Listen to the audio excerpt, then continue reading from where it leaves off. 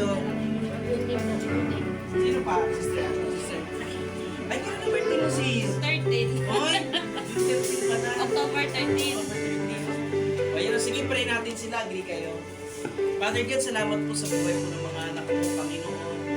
Sila po Diyos ay naging biyaya at pagpapala, Father Diyos, ay gawain mo sa banyang tumulong. At wala po aksidente, Panginoon, na sumpunod mo nila po mga buhay na sila po Diyos ay hindi lang mo, tinawag mo, Lord God, na po maging kabahagi ng Diyos ang Panginoon tayo in this end time. Kaya Father God, I ask, patuloy mong ingatan ng mga buhay po ng mga babae ng Diyos. Kaya mo, Lord God, sa bawat akbangin nila, Father God, ay wala sa lagit ng ating Panginoon. Ang perfection, mamumuhay kagaya kapares ng Panginoon sa Kristo. Kung paano, Father God, na sila po ay kamot mo. Sila din po ay magiging pagpapala, biyaya sa kanila. Maraming salamat po, Panginoon. As we are giving them your presence, be a Father God, sa bawat pag-iisip nila. Lord, dalawin mo maglakas mga buhay. Pumayag, Panginoon, na hindi mo pagwikin ang kanilang mga puso, especially, Father God, ang walk nila sa iyo, Diyos, na wala po sila dito gagawin, Panginoon, na wala kong mahawakan ang kanilang mga kamay, walang puso mo ang kanilang kamay, hindi mo mapapagpala, hindi maliligtas ang mga bago.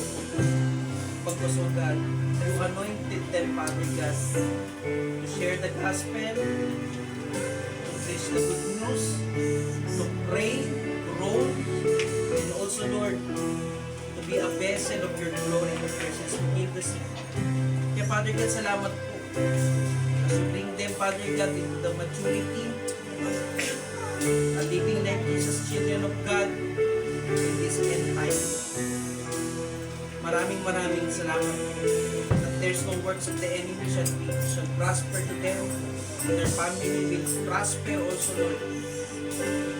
Salamat po sa open doors. Salamat po sa open heaven favor. Lalo na sa kanilang mga trabaho, sa kanilang mga negosyo.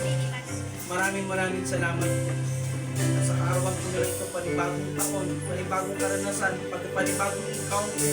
Ano yung encounter, ang fresh anointing, ang fresh glory na mababa sa kanila po mga buhay. Kaya talagang salamat na po, Lord God. Tunay nga po walang aksidente. Walang nga po aksidente sa iyo, Panginoon. Ang lahat po ng nagpahin nila sa buhay nila ay kung may gawa. Ay wala po Panginoon para sumadya po. Wala manatakan po na gawa sa pagkakira.